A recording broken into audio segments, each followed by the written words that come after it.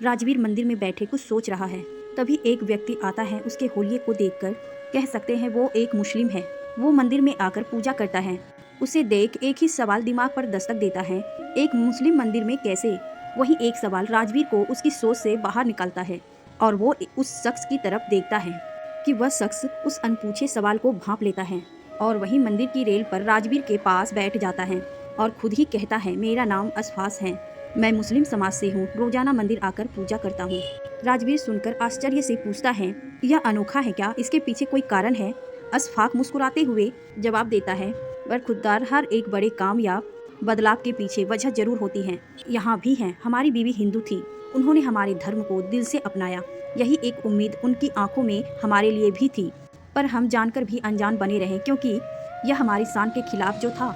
वो जीवन भर हमारे खातिर अपने भगवान से दूर रही और एक दिन वो हमसे दूर अपने भगवान के पास चली गई। उन्होंने हमें एक खत लिखा था जो उनके इंतकाल के बाद हमें मिला। उसमें लिखा था उन्हें अपने ईश्वर से बहुत प्रेम था। वो हमसे यहाँ इस मंदिर में आ जाया करती थी। हमें बुरा ना लगे इसलिए कभी बोल नहीं पाई, पर धोखा नहीं देना चाहती थी, इसलिए खत लिख दिया। उन्होंने हमारे प्यार के खातिर, हमारे अभिमान के खातिर अपनी इच्छा कभी जाहिर ना की, पर मरते मरते वो हमें सच कहकर गई। तब हमें प्यार की कीमत समझ आई, इसीलिए उनके जाने के बाद ही सही पर हमने उनकी वो एक इच्छा पूरी की। अशफाक की बात खत्म हो जाती है। दोनों कुछ देर खामोश बैठ जाते हैं। अशफाक की बातों से राजवीर के चेहरे पर बेचैनी सी है, जिसे देख अशफाक राजवीर से पूछता है, जनाब आप कुछ परेशान से लग रहे हो। राजवीर कुछ असहज सा हो जाता है। नहीं ऐसा कुछ नहीं, अशफाक कहता है, बस खुददार आपकी बेचैनी देख कह सकता हूँ आप किसी सच से ही भाग रहे हो। राजवीर तेजी से वहाँ से उठकर जाने लगता है, जैसे अशफाक ने उसकी कोई चोरी पकड़ ली हो। अशफाक ने उसे रोकता है, पर राजवीर तेजी से वहाँ से निकलकर अपनी कार में बैठकर चला जाता है। राजवीर के दिमाग में अशफाक की सारी बातें घूमने लगती है। राजवीर को रात भर नींद आती ही नहीं। सुबह उठते ही वो फिर उसी मंदिर में जाकर बैठ जाता है। फिर से उसकी मुलाकात अशफाक से होती है। अशफाक राजवीर के पास आकर बैठ जाता है। अशफाक समझ रहा है कि राजवीर उससे कुछ कहना चाहता है, पर अशफाक चाहता है राजवीर खुद अपने अभिमान को तोड़कर सच को उनके सामने रखे जिसमें वो भाग रहा है। पर वहीं राजवीर चाहता है अशफाक उससे आगे से सवाल करे, पर राजवीर कुछ नहीं बोल पाता। 2-3 दिनों तक यही चलता रहता है। आखिरकार एक दिन राजवीर खामोशी तोड़कर बोलता है, असल में मेरी नौकरी में थोड़ी दिक्कत है, बस इसलिए परेशान हूँ। अशफाक जोर जोर से हंसने लगता है, पर खुददार इतने दिनों बाद अपनी खामोशी तोड़ी भी तो झूठ बोलने के लिए? या हमारे बाल धूप में सफेद नहीं हुए हैं? आपका चेहरा साफ कह रहा है आप खुद से खफा हैं, खुद की गलती मानने की हिम्मत नहीं है आप में। आप इस पुरुष की प्रधान समाज के वही पुरुष हैं जो अपने मन रूपी अकड़ में इतने जकड़ गए कि सच को स्वीकार नहीं कर पाते। अशफाक राजवीर को उसके ही असली रूप से पहचान करवाता है। राजवीर के दिल पर एक बोझ है जिसे वो खुद से भी खुलकर नहीं कह पाता है, और आज वो अपने जीवन के उस एक पहलू को अफवास के सामने रखता है और कहता है, मैं एक मॉडर्न लड़की से शादी करना चाहता था, पर मेरे माता पिता ने मेरी शादी गांव की एक लड़की सीखा से करवा दी। मैं उससे ठीक से बात तक नहीं करता था। वो मेरे परिवार के साथ ऐसे घुल मिल गई जैसे बरसों से उनके साथ रही हो। मुझे ये भी पसंद नहीं आ रहा था, फिर भी वो मेरी हर ज़रूरत को बिना मेरे कहे पूरा कर देती थी। मैं तरक्की पर तरक्की कर रहा था, मुझे अपने आप पर बहुत अभिमान था। एक दिन नशे में धुत घर आकर मैंने सीखा के साथ बस सलूकी की। मैंने कहा, तुम मेरी ज़िंदगी की सबसे बड़ी गलती हो। शर्म आती है मुझे जब तुम्हें पत्नी कहना पड़ता है। मैं बोलता ही गया, सीखा के लिए यह सब नया नहीं था, पर मेरे माता पिता के लिए ये कड़वे घूंट के समान था। बिना मुझसे बात किए वो सीखा को अपने साथ ले गए। मैंने ऐसे बिहेव किया जैसे मुझे काले पानी की सजा से मुक्ति मिल गई हो। जाते वक्त सीखा ने मेरी मेज पर एक डायरी रखी थी जिसमें मेरी सारी ज़रूरतों की लिस्ट थी।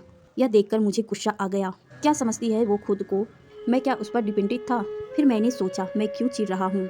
वो तो थी ही गवार, अब चली गई, मैं आज़ाद हूँ। ऐसा सोच मैं ऑफिस चला गया। ऑफिस में लंच ब्रेक में जैसे ही मैंने टिफिन खोला, मैंने उस महक को मिस किया जो रोजाना मेरे थके चेहरे पर मुस्कान बिखर देती थी। एक पल के लिए मुझे एक अजीब सी कमी महसूस हुई, पर उस वक्त मुझे अपनी आज़ादी का गुमान ज़्यादा था। समय गुजर रहा था, मैं अपनी एक हर ज़रूरत के लिए डायरी पर डिपेंडेंट करता था। कमी का कुछ एहसास तो था, पर मेरा ईगो मेरे सामने आ जाता और मैं फिर अपनी अकड़ में जीने लगता। मैं परेशान जब हो गया जब मेरा बुकिंग परफॉर्मेंस बिगड़ने लगा। हमेशा अपनी प्रोग्रेस के लिए खुद को सारा क्रेडिट देता था। मैं ये मानना ही नहीं चाहता था मेरे प्रोग्रेस में सीखा का भी पूरा हाथ था। उसी के कारण मैं अपने जीवन की कई छोटी बड़ी परेशानियां और जिम्मेदारियों से बहुत दूर था और केवल अपने काम पर फोकस करता था। बेस्वाद खाने में, मुरझाए फूलों में, बिखरे घर में, हर उस जगह जहाँ सीखा को देख चिढ़ता था, उसे गवार कहकर निकल जाता था। मुझे उसकी कमी महसूस होने लगी, पर मैं ये मान कैसे लेता। एक दिन मन भारी हो गया। फिर मैंने माँ को कॉल किया। वो मेरी आवाज़ से ही समझ जाती थी कि मैं परेशान हूँ, पर समझती हुई भी माँ ने मुझे इग्नोर कर दिया और कह दिया सीखा ने दूसरी शादी का फैसला कर लिया है। यह सुनकर मुझे और गुस्सा आ गया और मैंने कॉल कट कर दिया। कुछ दिनों पहले ही मुझे डाक से तलाक के कागज मिला। पता नहीं क्यों मैं खुश नहीं हूँ। मैं चाहता तो यही था सीखा मेरी जिंदगी से दूर हो जाए, पर आज मैं बेचैन हूँ। अशफाक थोड़ी देर रुककर कहता है, अब तुम क्या सोच रहे हो? राजवीर कहता है, सीखा मुझसे बहुत प्यार करती थी, फिर वो कैसे दूसरी शादी के लिए सोच भी सकती है? अशफाक कहता है, वाह मियाँ, क्या अभी भी वो आपसे पूछेगी कि आगे बढ़ूँ या नहीं? आज जब आपको उसकी अहमियत पता चल गई है, तब भी उससे सच कहने से झिझकते हो। सब कुछ सामने है, पर फिर माफ़ी मांगने में खुद को छोटा महसूस कर रहे हो मियाँ। समझ लो, अगर अब भी अपने ईगो में रहे तो फिर मौका नहीं मिलेगा। दोस्तों, आदमी का यह ईगो ही उसे जिंदगी से हरा देता है। राजवीर सब जानता है, पर उसके अहम के कारण वो सीखा से बात नहीं कर पा रहा है। शायद उसे डर है कि इस बार सीखा उसे ना कह दे। अशफाक राजवीर को झंझोड़ कर कहता है, जब मैं अशफाक होकर मेरी हुई बीवी के मंदिर जा सकता हूँ, तो क्या तुम एक सच स्वीकार नहीं कर सकते? राजवीर को अशफाक की बात दिल पर लग जाती है। वो कॉल पर नहीं, सीखा को एक मैसेज करता है। मैसेज डिलीवर होते ही उधर से कॉल आ जाता है। दोनों के बीच लंबी बात होती है और यह एक लंबा कॉल दोनों को आपस में मिला देता है। दोस्तों, एक टेक्स्ट के बाद सीखा एक पल नहीं रुकती और कॉल कर देती है। यह एक औरत का दिल है, वो जिससे प्यार करती है उसे कभी नहीं झुकाती, और वहीं एक आदमी हर उस औरत को झुकाता है जो उससे प्यार करती है। वक्त किसी का बंधक नहीं, वक्त रहते काम हो जाए तो वह अमूल्य है, वरना पछताने के अलावा कुछ नहीं रह जाता। जीवन में जो भी मिले उसे स्वीकारने की कोशिश करें।